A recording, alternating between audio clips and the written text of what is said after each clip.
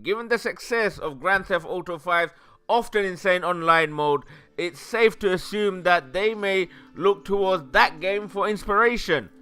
The massive potential in a game world like this means it's unlikely to be just a collection of deathmatches and flag capturing shoot 'em ups, and is more likely to include open world gameplay in a persistent and adaptive environment. Now here are 8 things we really hope to see in Red Dead Redemption 2.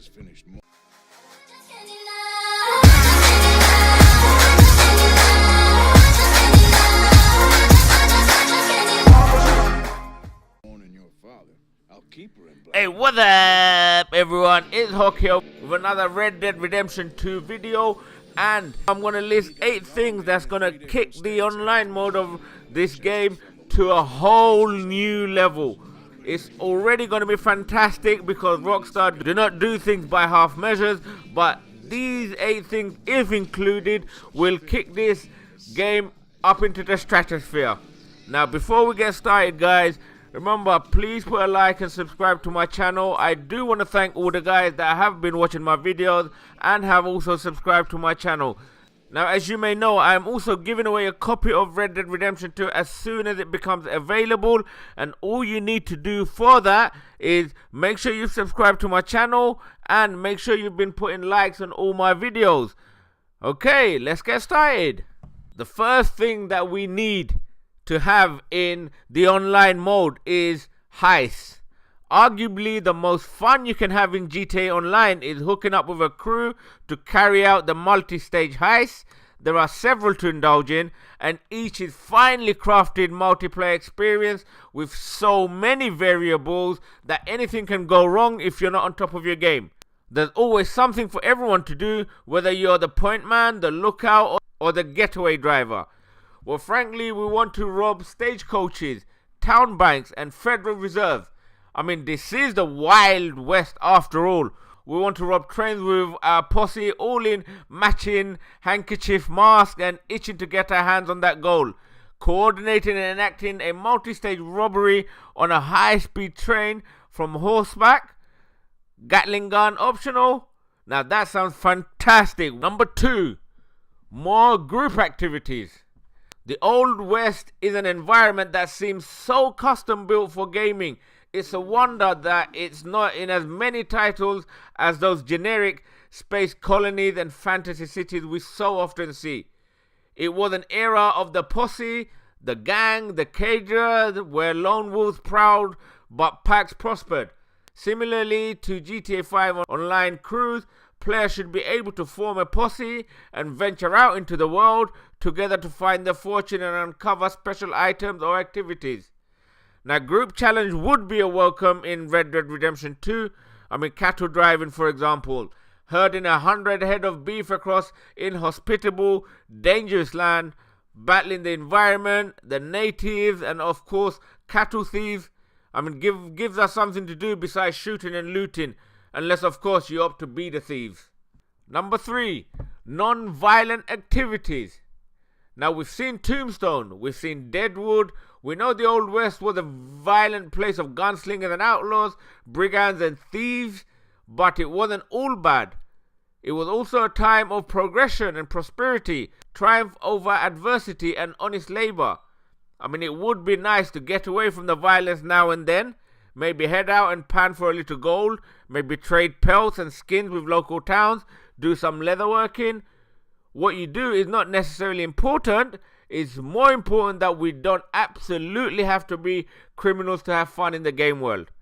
Also, let's not forget just how much money there is to be made from gambling, either in the saloons, casinos, or on river barges. You don't always have to use a gun to make money. Number 4, a social hub. Now imagine coming back from hunting down a dangerous gang in the hills, or driving cattle across the arid plains, or relieving a stagecoach of its heavy burden of gold, and heading into town to play some cards, a few rounds of liar's dice, or just get really drunk and start a tavern brawl. Now what we really want is a dedicated social space to hang out, indulge in some light-hearted gunfighting, play some games, compare shooters and horses, recruit a posse, and generally be a cowboy or a cowgirl in every way imaginable.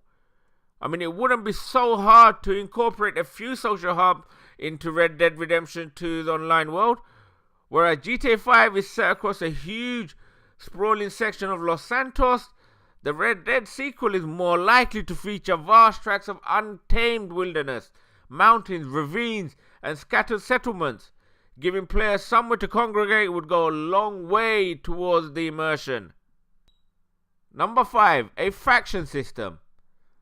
Now, if Red Dead Redemption 2's online mode does have any kind of persistent, evolving world, rather than just a place to mess around and have gunfights in, a faction system wouldn't go amiss. Running down bounties for the Pinkertons, chasing off natives and squatters on behalf of the railroad, robbing and pillaging on behalf of the local Mexican cartel. Pick your poison and pledge your allegiance. They could reward us in a form of guns, outfits, horses and properties, and give us something to work towards. Maybe a common goal or a group target. I mean, it's more about coherence and progression than just having stuff to do. Focus the experience so that we're not ultimately left to our own devices. Number 6, progressive characterization. Now, Red Dead Redemption had a pretty simple character system, whereby you chose an avatar and steadily unlocked better horses and guns. The sequel could learn a lot from GTA 5 Online, and allow us to create a unique character and develop them in a way that suits our individual playstyle. I mean, they could learn staple RPG skills like lockpicking and sneaking and choose specific abilities to improve.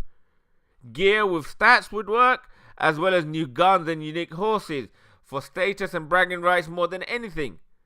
Character progression doesn't have to be in depth, just deep enough to make us feel we're achieving something. Full property ownership might be too much to ask for, but it's a possibility worth imagining. Rising from lowly cowpoke to casino owners would be a hell of a story. Number 7, less griefing. Now, if history has taught us anything, it's that letting a bunch of people loose online with very few social rules is a recipe for disaster.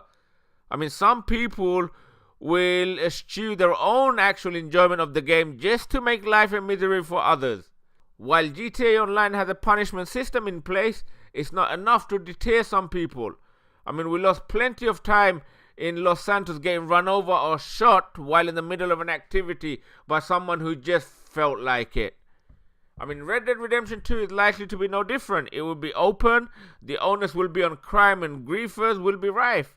Stricter rules would be greatly appreciated by players who actually want to progress, and it will deter these trolls that are always online and always looking to make other people's lives a misery. And last but not least, number 8, and I think this is the most important thing, it's the unexpected. Now, this is the Wild West, and as such, there's great scope for multiple diverse activities and asides. I mean, Red Dead Redemption's Undead Nightmare expansion showed us that Rockstar is willing to have fun in the universe, so we want more of that. If riverboat gambling and treasure hunting are too mundane, why not hunt down cursed gold, or Sasquatches, or investigate haunted ranches and Indian burial grounds?